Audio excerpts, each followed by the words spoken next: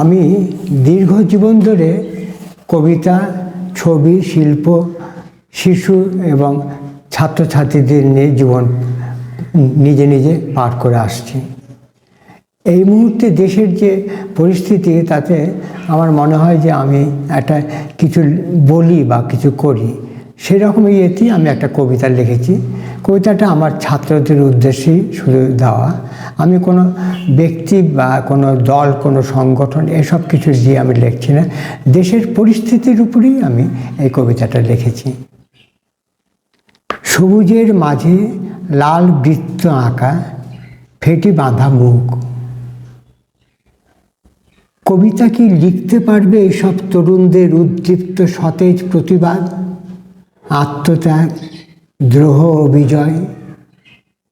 শিল্পীর তুলির আঁচড়ে কিংবা রঙে আর্তনাদ, দ্রোহ, প্রতিকার।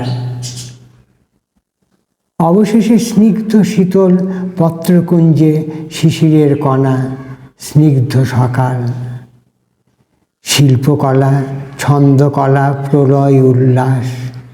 অসংখ্য গুম খুন, খুন প্রকাশ্যে দিনের আলোয় কে করবে বিচার?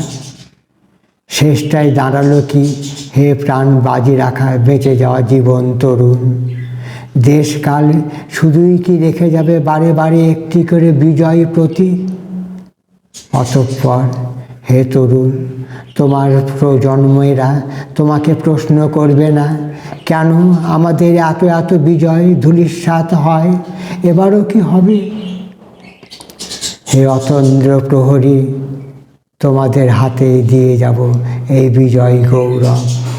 তোমরাই পারবে, তোমাদের পারতেই হবে। ধন্যবাদ।